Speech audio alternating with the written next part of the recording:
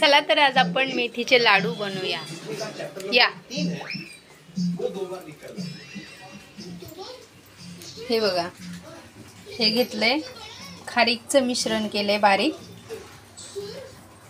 हे बघा, खारीक बारीक दळून घेतली आहे। त्यानंतर हे बदाम, काजू, पिस्ता। आता आपण ते बदाम काजू कढईमध्ये थोडंसं गरम करूया, जास्त नाही। आपण आता कढईमध्ये बदाम टाकूया। तेल गरम झाले।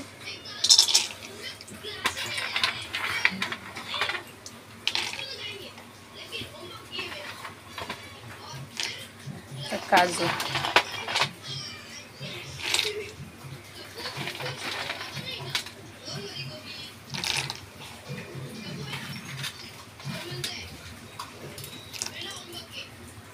पिस्ता,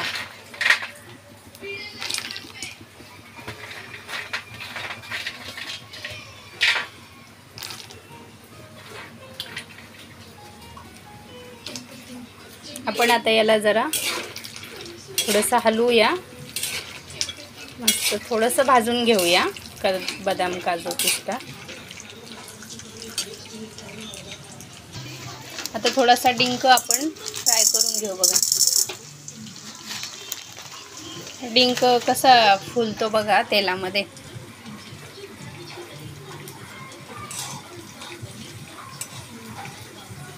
डिंक सुद्धा आपल्या शरीरासाठी चांगला असतो।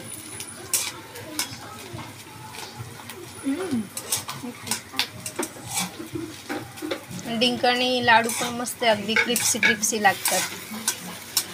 हे बघा, डिंक असा भाजून घ्यायचा, तळून घ्यायचा, एकदम तेलामध्ये मस्त फ्राय करायचा।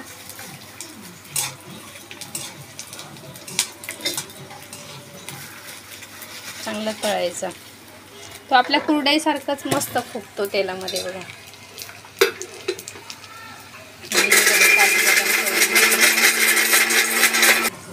तर थोड्याशा मेथ्या पण आहे ना, आपण तेलात तळून घ्यायच्या। या मेथ्या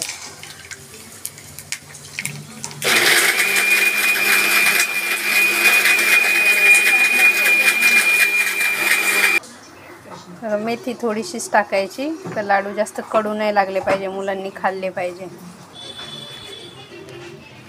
हे बघा, आता आपण डिंक तळलाय, काजू बदाम आणि या मेथ्या, तर आपण त्यांना थोडंसं मिक्सरमधून काढूया। हे बघा, खोबरं पण कसं बारीक केलेलं आहे। हे काय करायचं, पातळ कापायचं आणि मिक्सरमधून काढायचं, ते एकदम छान बारीक बनतं। आता आपण खारीक आणि खोबरं मिक्स करून घेऊया।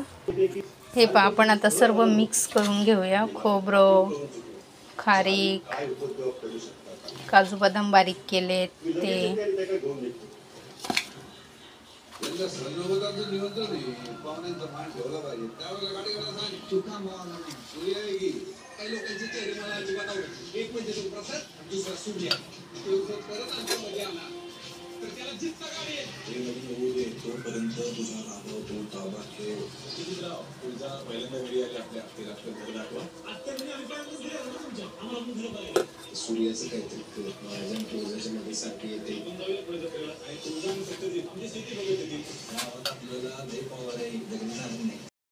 आता आपण थोडं गव्हाचं पीठ टाकूया, थोडंसं गव्हाचं पीठ भाजून घेऊया।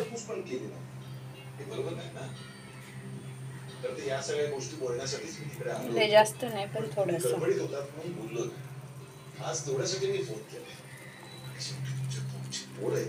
ते पण चांगलं लाल भाजून घेऊया।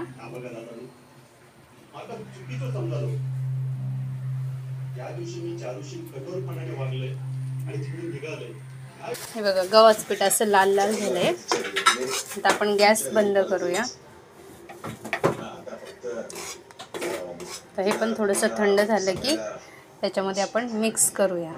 तर मी थोडी साखर बारीक केलेली आहे, आपण ती आहे ना ह्याच्यामध्ये मिक्स करूया, म्हणजे थोडंसं गोडसर जास्त होईल।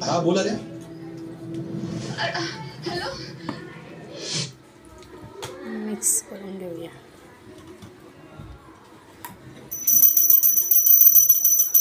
हे बघा आता हे लाडू बांधण्यासाठी तयार झाले, पण मी लाडू नाही बांधणार कारण माझ्या मुलांना लाडू आवडत नाही, असंच ते दुधामध्ये खातात. झालं, बाय.